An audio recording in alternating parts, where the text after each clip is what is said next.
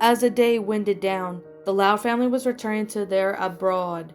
The girls in grades K to 8 were already at home, and the high schoolers arrived not too long ago. And Lisa was just getting home from her teaching job. The parents had yet to arrive, but they were well on their way after a typical Thursday shift. As all the girls were getting up to do their usual antics, one sister in particular had someone in mind. Luna sat on her bed, casually strumming on a chord of her guitar. She wasn't trying to make up or remake any songs, but hearing the music really helped her think better.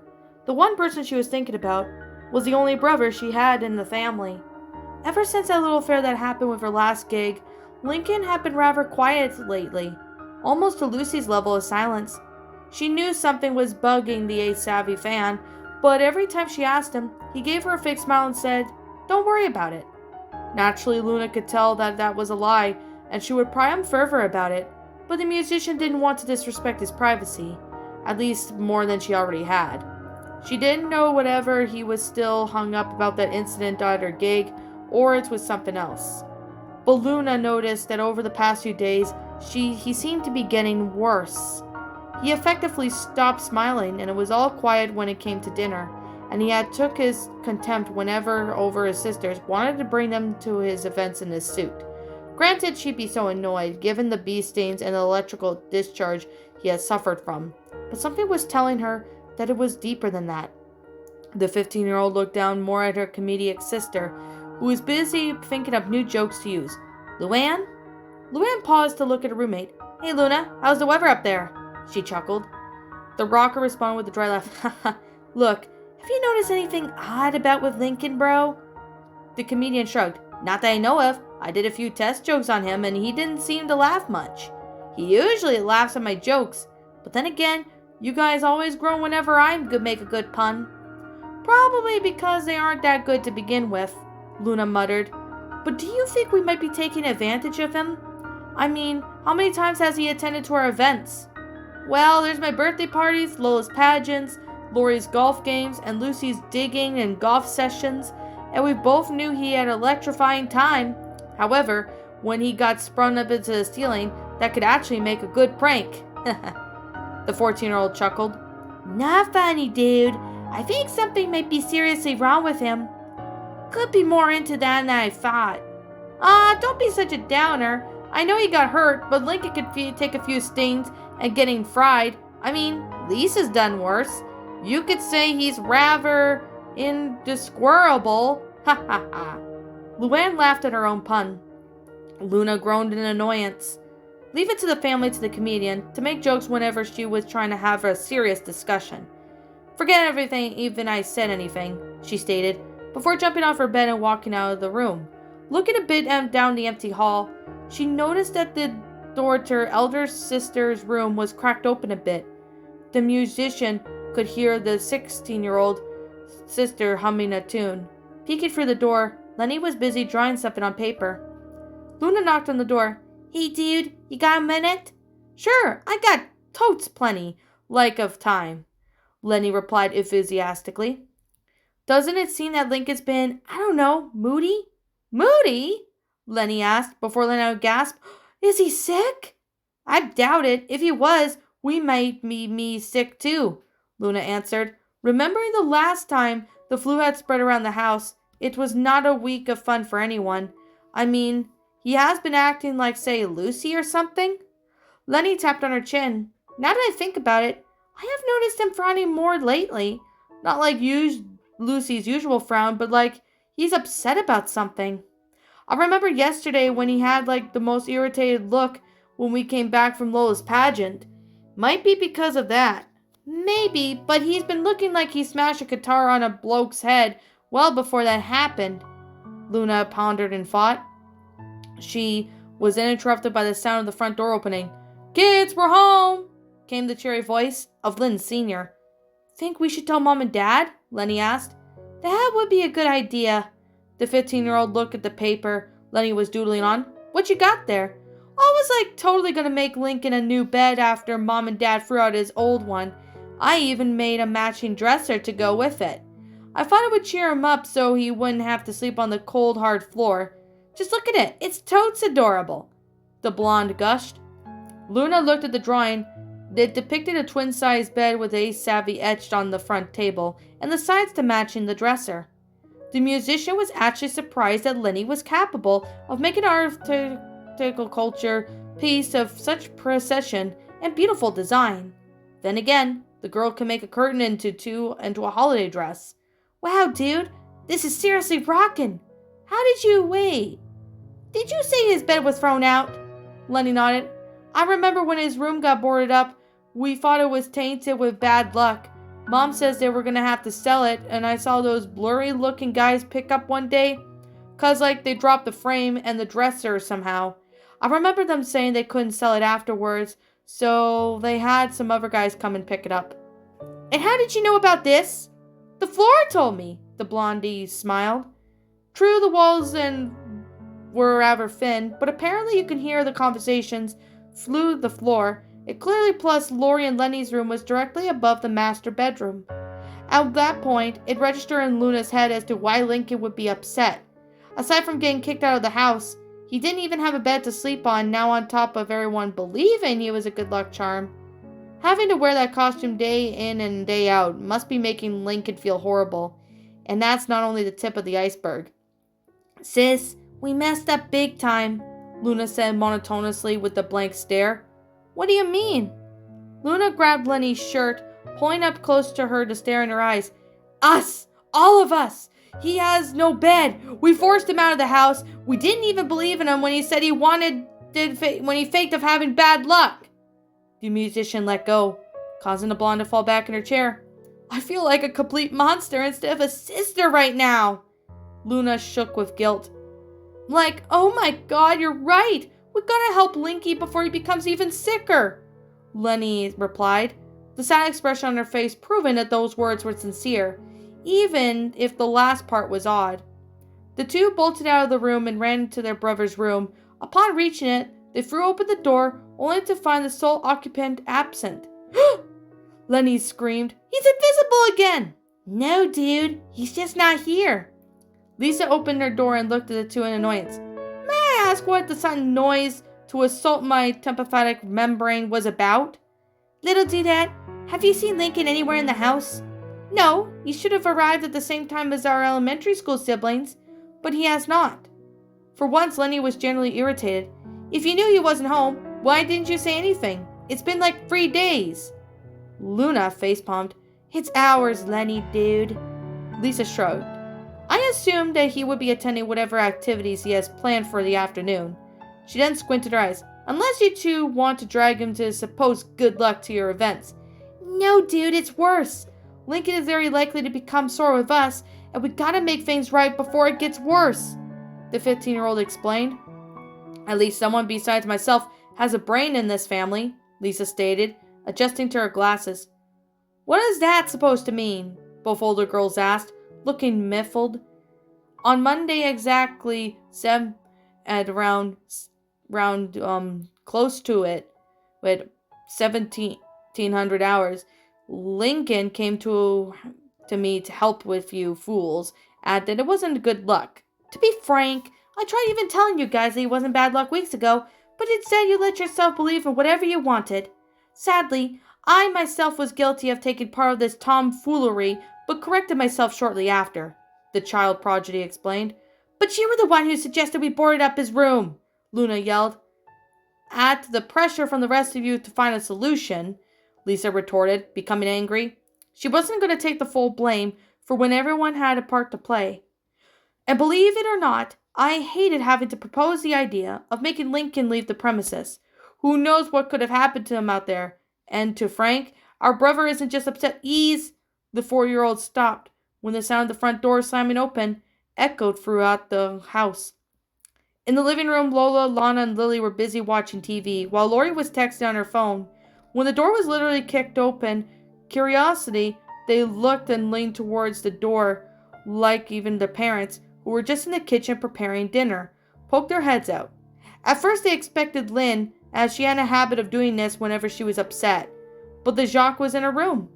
Instead, standing in the doorway was a stern white-haired boy, and held a look that spoke of anger and frustration. His hair was ruffled and messy, while his face contained scratches from his earlier fight in the junkyard. "Whoa, you alright, bro?" Lana asked. "No, Lana, I'm not," Lincoln replied, his tone laced with venom as he spoke through the gritted teeth. Lincoln, aren't you forgetting something?" Lola asked. "Like what?" he said, casting the gaze towards the princess. "Didn't you wear that squirrel costume to school or something?" Lori asked, a bit disinterested as she continued texting. Lincoln gave a low chuckle. "Funny thing about that, I lost it." Sarcasm as well as evident when he said lost. "Wait, what?" Lola yelled before running up to him. "What do you mean you lost it? Are you trying to let bad luck come to us again? Or you just want to keep it all that good luck for yourself, huh?" the princess accused.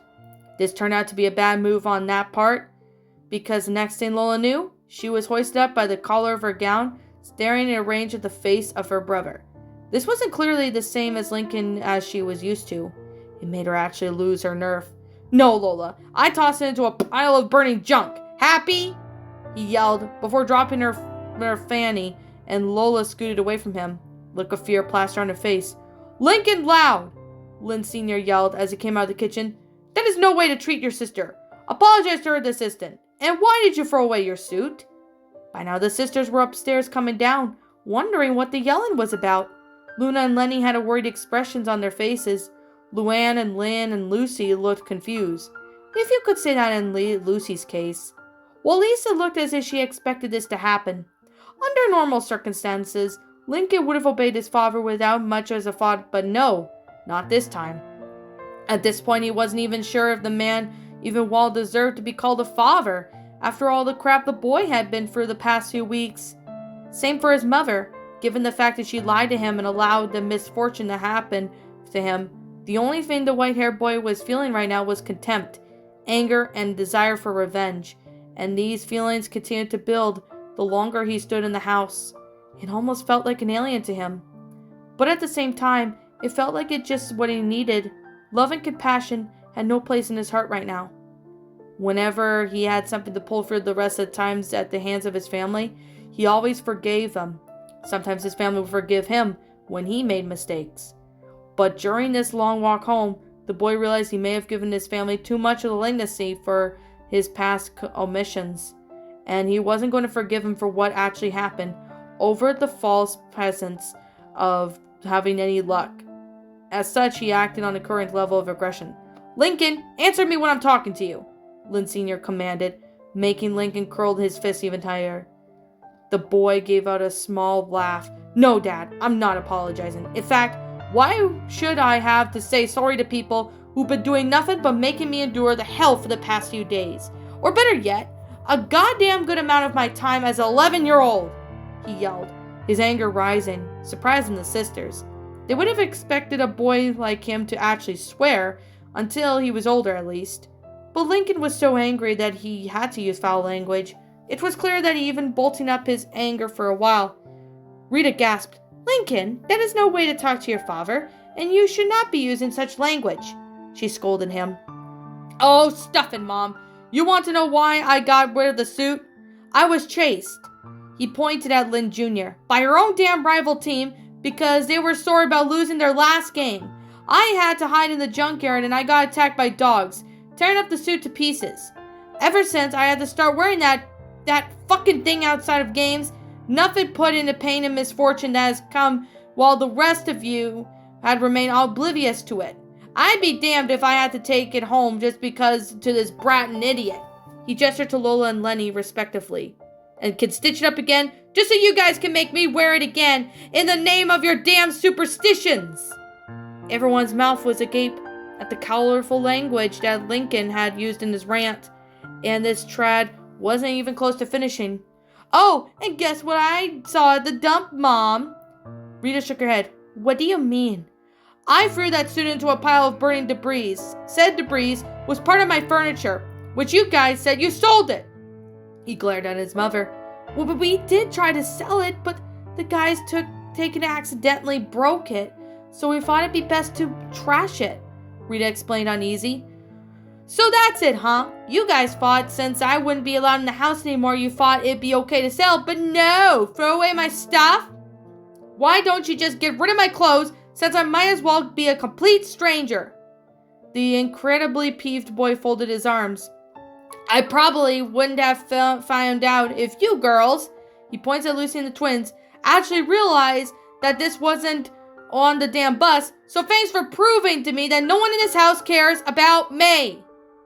Lincoln, we do care about you, and you need to calm down, Lori stated, showing a genuine concern. He glared at Lori. Oh, please, don't act like you give a crap. The only thing you care about is you're texting your so precious boyfriend. You might as well bury to that phone considering how often you type in it. Hey, I'm not the one on my phone all the time. Right, guys? The rest of the family gave a side glance ways, which essentially proved Lincoln right. And the rest of you don't care about to even notice how wearing that stupid costume made me feel you cared about me, about your stupid luck more than your only son or brother. Lincoln, that's not true, Lenny cried. You know it is, Lenny. Every time I suffer from an unfortunate accident, that suit would look brand new, and yet I'll still have welts from bee stings. And if you guys really cared, you wouldn't have done this to me more than 1 minute of healing sessions. But instead, you continue to lie to me just so I can continue to be your stupid good luck charm.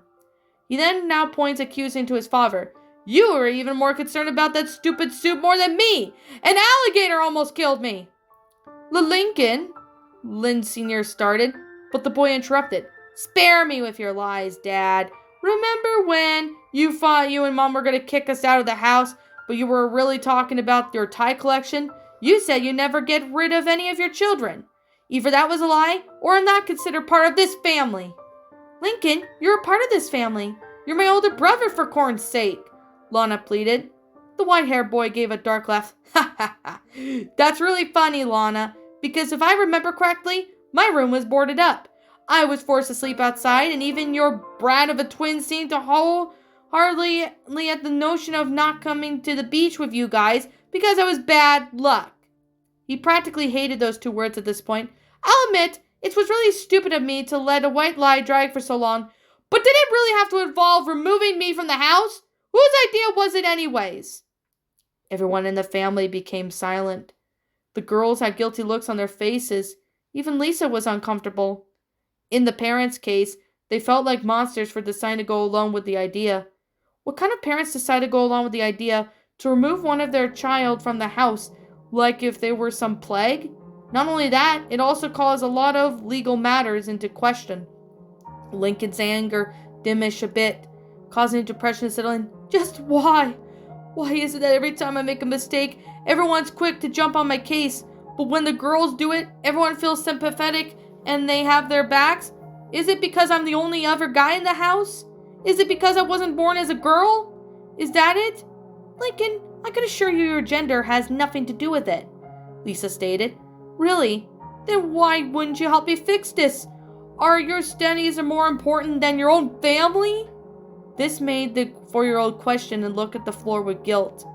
It was true. She could have done something so stem to tide the facade and the family was going through, yet she chose to stand on the lines and watch what happens. Now she's regretting the consequences of her actions. Lincoln shook his head when she didn't answer.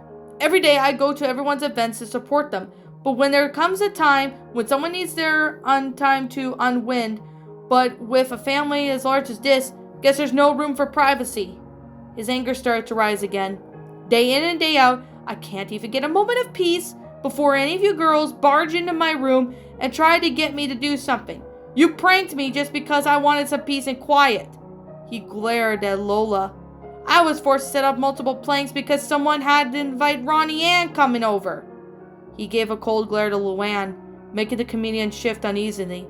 I got kicked out of my room twice because I had a good day ruined because of the two biggest blondes in the house had to fight over a dress.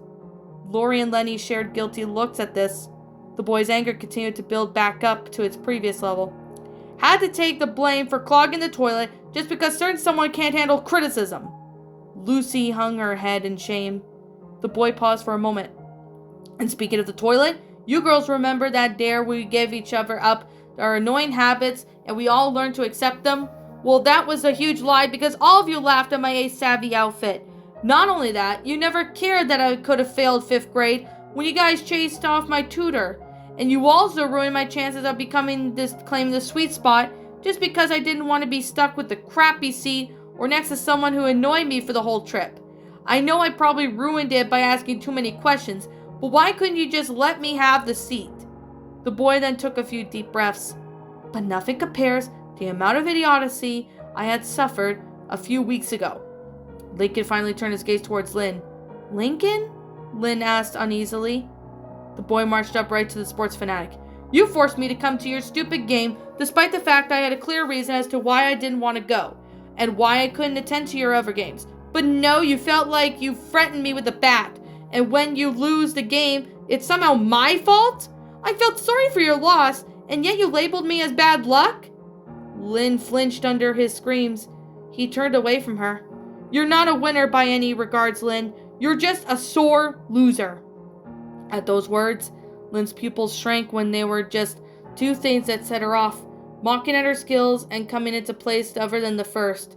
Lincoln just insulted her on both fronts instinctively. Her rebellious nature kicked in. Oh yeah, but what about you? I'm Mr. Too Lazy to Exercise. You asked me to play football just because you couldn't hack it, the Jacques replied defiantly. Lincoln turned around. Difference is, you agreed to help me, and I didn't even threaten in the process. You loved every second of it, and you were smiling as you threatened me with the bat.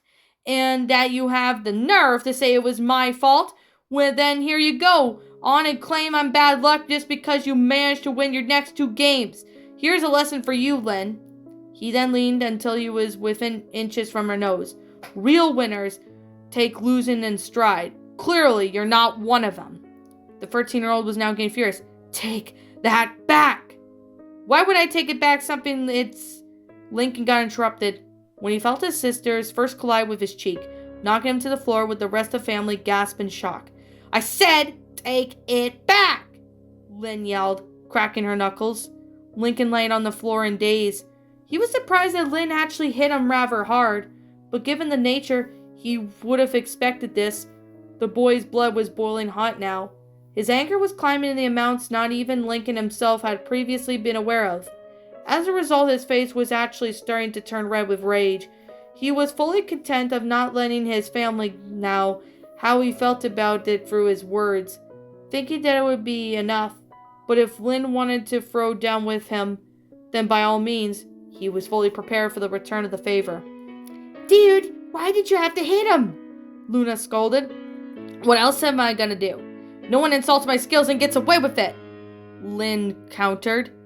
He was just venting out his emotions, Lynn, as harsh as they were, Lisa argued. But does he actually have the right to talk to any of us? The Jacques retorted. Lisa then frowned and looked behind Lynn, noticed that Lincoln was standing back up. Cautiously, she backed away from her. You should ask him that. The genius then pointed behind her. Lynn then looked and saw Lincoln back on his feet, his face red with anger and steam practically coming out of his nostrils every time he took a breath. What, you want more? She mocked, while Luna and Lenny shook their heads, not believing what Lynn was taking this seriously. There were 10 stages of anger, from the lowest to highest. Bothered, mild irritation, annoyed, indignation, frustrated, infuriated, hostile, wrath, fury, and lastly, rage. In Lynn's case, her level was at ignition. When Lincoln came home, his aggression was built up into infuriated, but thanks to that one punch, his anger was now beyond the boundaries of 10. Ladies and gentlemen, welcome to the level of aggression 11. And a range does not even begin to cover it. In the state of vivid fury, the Lincoln then gave a yell of spoke and uttered hatred before charging at the sports fan. Lynn was prepared for a fight, but she didn't expect a fury with a 11-year-old and could unleash. She got tackled to the floor and Lincoln started delivering several punches to her face. The anger was feeling forced out with each hit it carried, being the strongest of two. She managed to reverse the position and started hammering at her brother. Lincoln planted his knee into her midsection before grabbing her wrist and throwing her at the back of the couch. The twins and Lori screamed in fear while Lily began to cry. The four then moved away from the couch as the 11-year-old pounced on his sister. He wrapped his hands around her neck and started bashing her head against the back of the furniture piece, putting the tomboy in a daze. Getting short of breath, Lynn put her thumbs into Lincoln's eyes and pressed them hard. The boy screamed in pain, caused him to let go, giving the jock time to reach down and bashed him with one of the couch seats. Everyone else screamed for them to stop, but their cries fell on deaf ears. Before he could get hit with the seat again, Lincoln grabbed the cushion and pushed Lynn all the way to the wall. Then he proceeded to punch the spot where he hoped her face was. The blows weren't as hard due to the cushion softening the blows, but the tomboy still felt them. Lynn growled before swinging her leg up, nailing Lincoln right in the area defined the gender. The boy then stumped to the floor in pain, holding his package, and Lynn took the chance to kick him while he was down. Despite in pain, Lincoln did his best to ignore it and grabbed Lynn's leg. Seconds later, Lynn cried in agony as she felt the boy's teeth enclosed around her limb. She then beat on Lincoln's head, and then, in an attempt to force him to let go. But the boy bit harder in response, forcing her to kneel down. She grabbed one of his arms and bit his fingers in retaliation. Lincoln screamed through his gritted teeth, as his mouth was still hanging open next to Lynn's leg. He could feel some blood pouring into his mouth as his teeth broke through the skin, same for Lynn. The two kept biting each other before the family decided to act. Lori and Lenny rushed away to pull Lynn away, while Luna and Luann did the same to Lincoln. Both yelled in pain as their teeth were forced to release their target, not without tearing off more skin. Lincoln's fingers bled while Lynn's leg gushed out in a moderate amount of blood. They tried to re-engage their brawl, but the sisters kept them at bay. "Why don't you just admit that you never loved me?" the boy yelled out, struggling to get away from his sisters. "Why would I have to admit that? You already know you're the weakest link here," Lynn countered. She tried to bite Lori, but moved her arm away in time. "So what is your reason for always bullying me? No wonder why you never use anyone else. You go for the weakest person in the family. You're the worst older sister ever lived." "Lincoln and Lynn, stop with your fighting right now," Lynn Sr. told him, but to no avail. "Fine. You want the truth so bad? You were never my ideal brother anyway. I never loved you. I wish I had a sister, a better one instead of you. No better yet, I wish you were never born," Lynn finally yelled, panting as their struggles ceased. Lincoln stopped at the same time, his face no longer red. His sisters released their grips on them, as it seemed that they wouldn't start another fight. "So you finally admit I've been nothing but a burden to this family?" "Lincoln, no one ever said you were a—" Rita started. "You saying that, but your actions prove otherwise. If you didn't want a son in your life, then why drag all this up? Did you say you wanted me to say I'm sorry I wasn't born like my sisters? I guess it doesn't matter since I've been nothing but bad-based luck charm for the better half of my month. Well, sorry that I'm different. I'm just—" His voice held some rage, but it was starting to break. "I just can't take this anymore." Without another word, the 11-year-old ran out to the door, slamming the door shut in the process. "Lincoln, wait, don't leave!" Luna ran after him. She opened the door, but unfortunately, the boy had already disappeared. Lynn was still panting on the floor, her anger diminishing. It was then that it dawned on her what she said, and the guilt slammed her like a truck going at 7 miles per hour. She really loved her brother. It just had a different way of showing it.